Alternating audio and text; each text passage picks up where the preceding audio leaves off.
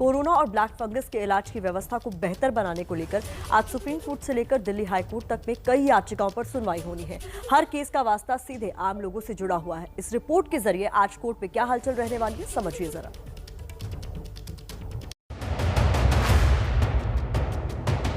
Delhi high court आज black fungus बीमारी की वजह से लोगों के सामने आ रही दिक्कतों और इलाज में होने वाले इंजेक्शन की कमी के मुद्दे पर भी सुनवाई करेगी।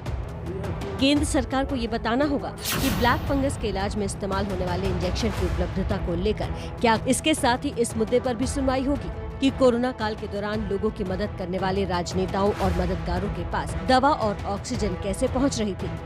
पिछली सुनवाई के दौरान दिल्ली हाईकोर्ट ने कहा था कि हमको संभावित तीसरी वेव को लेकर अभी से तैयारी शुरू करनी होगी और इस वजह से जरूरी है कि इन तैयारियों में कोई ढिलाई न बरती जाए। दूसरी तरफ सुप्रीम कोर्ट में वैक्सीन के मुद्दे पर आज सुनवाई होनी है। सुप्रीम कोर्ट ने केंद्र सरकार से पूछा है कि वो खुद वैक्सीन खरीद कर राज्यों को क्यों नहीं दे रहा है। सुप्रीम कोर्ट में भीड़ को जमा होने से रोकने पर भी मांग पर सुनवाई होनी है। सुप्रीम कोर्ट में दायर एक याचिका में दिल्ली बॉर्डर पर किसान आंदोलन के नाम पर प्रदर्शन कर रहे लोगों को हटाने की मांग की गई है। और हमारे सहयोगी निपुण सहगल हमारे साथ फोन लाइन पर जुड़ रहे हैं, उनसे ज्यादा जानकारी के लिए बात करते हैं। निपुण, ये जो रिपोर्ट हमने अभी दर्शकों को दिखाई, इस पर क्या ज्यादा अपडेट आपके पास? आज अहम सुनवाई होनी है सुप्रीम कोर्ट में। बिल्कुल, और कई दिनों के बाद ये सुनवाई होगी क्योंकि जिस बेंच में सुनवाई चल रही थी उसके जज ही एक कोरोना संक्रमित हो गए थे, जिसके चलते सुनवाई नहीं हो पा रही थी।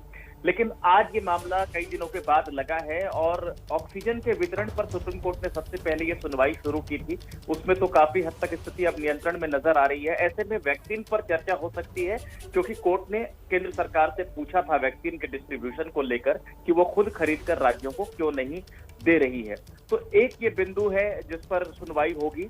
इसके अलावा जो किसान आंदोलन है, जो दिल्ली के आसपास जो बॉर्डर पे अभी भी जो आंदोलनकर्ताओं की जो भीड़ है, उसको हटाने की भी एक मांग है जो सुप्रीम कोर्ट के सामने रखी गई है। वो मसला भी कोर्ट के सामने उठेगा। तो कोरोना के प्रबंधन से जुड़े कई मामले हैं। कुल 24 याचिकाएं हैं जिनमें अलग अलग मांगे की गई हैं, जैसे पीएम केयर फंड का इस्तेमाल कैसे हो। ये सब तमाम बातें हैं जो कि 24 याचिकाओं के जरिए 3 जजों की बेंच के सामने लगेंगी। बिल्कुल निपुण, बहुत अहम जानकारी आप दे रहे हैं। कोरोना तो एक मुसीबत है ही जिस पर सुनवाई होनी है, लेकिन कोरोना के चलते कहीं 12वीं की परीक्षा पर और उनके छात्रों पर असर ना हो, इसको लेकर भी एक सुनवाई है क्योंकि एक मांग की गई है सुप्रीम कोर्ट से कि इस पर सुनवाई की जाए कि 12th बोर्ड के एग्जाम्स रद्द कर दिए जाए। बिल्कुल, इस पर भी सुनवाई है। सुबह 11 बजे सुनवाई है। जस्टिस एएम खानविलकर की अध्यक्षता वाली बेंच के सामने 2 जजों की बेंच है। 28 मई को सुप्रीम कोर्ट में यह मामला लगा था। तब कोर्ट ने कहा था कि सीबीएसई और आईसीएसई को ये याचिका सौंपी जाए, इसकी कॉपी, ताकि वो जवाब दे सकें। देखिए, अब तक कोई जवाब नहीं आया है सीबीएसई आईसीएसई की तरफ से, कोई लिखित जवाब की जानकारी तो नहीं है। ऐसे में हो सकता है कि दोनों या तो अपना पक्ष रखें या कहें कि कोर्ट से कि एक दिन के लिए इंतजार कर लें, क्योंकि ये कहा जा रहा है कि 1 जून को अंतिम फैसला होना है। तो सुनवाई टल भी सकती है या कोर्ट अपनी तरफ से कोई आदेश भी दे सकता है। शुक्रिया निपुण, तमाम जानकारी दर्शकों तक पहुंचाने के लिए।